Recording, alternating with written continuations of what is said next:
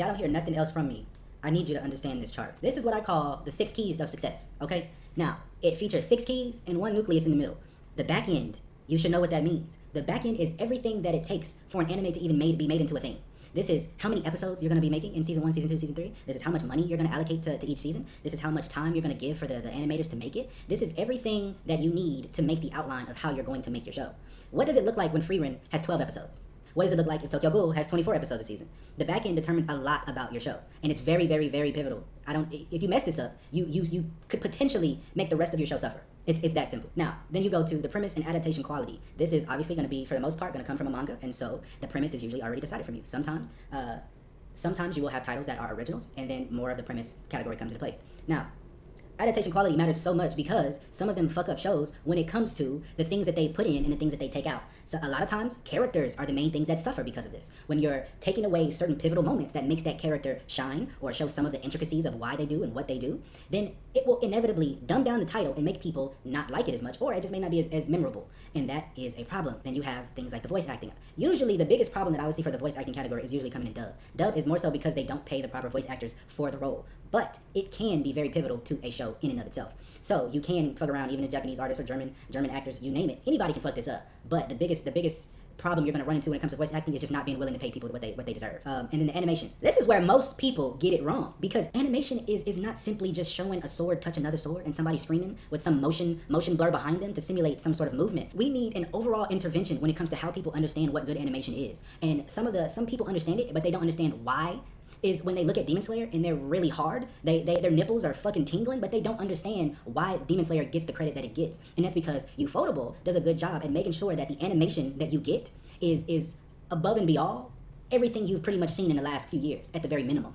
And that's not to glaze Ufotable, but at the same time, you cannot knock Ufotable's artistic direction. And that's what leads into the next key, your art/your artistic direction. And that is very major because that determines a lot of the inner workings, the sort of frame to frame or scene to scene things that you will see in that show. When you don't have good art or good art direction, you make that title blend in with the rest of the things that have already been released. So art is not just the characters. It's also the colors. It's also how you portray a flashback. It's how you do shadows. It's how you portray a certain scene. It's which direction do you want this character standing? Do you want to do a 3D animation? Do you want to make it a sweeping shot? Do you want to just do a cut to another shot? It determines so much of how you will portray the title that you're showing to people. The little intricacies of titles, like showing somebody blink, showing them move their eyes very subtly when somebody walks past them. Those all are artistic directions that will let the person watching realize that something's about to happen. And then you have things like the music, which is one of my favorite categories. Some of my favorite shows have really, really good music. So things like Made in Abyss, Shiki, Terror and Resonance, all have really great music. And what these 6 categories are going to lead to is feeling something. That's the core of this. Now, feeling is a shell for memorability.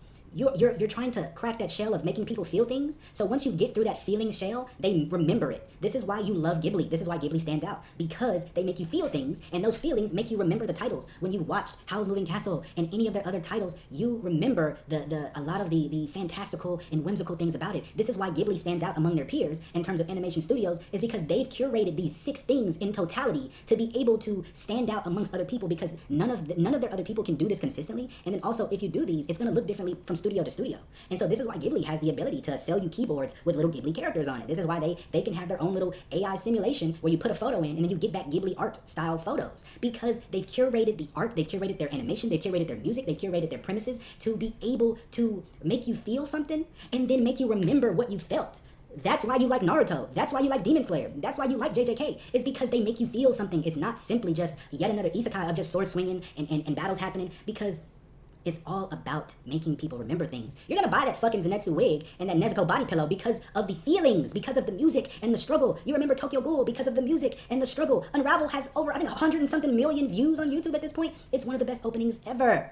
And it makes you understand the suffering, the pain, the turmoil that you will be experiencing in that show. All of these things matter in tandem. You cannot have one or the other. And the scale goes from a 0 to a 100. So you can't have a 10 in your animation. You can't have a 1 in your voice acting. You won't usually have a 0 in them. But at the same time, you need to make sure that the average of these 6 is going to be as high as possible, so you get the best penetrating factor for that feeling bubble, that feeling nucleus, so you can hit that core of memorability. That is the golden egg underneath. That is the filling in the middle of your donut, you big bag.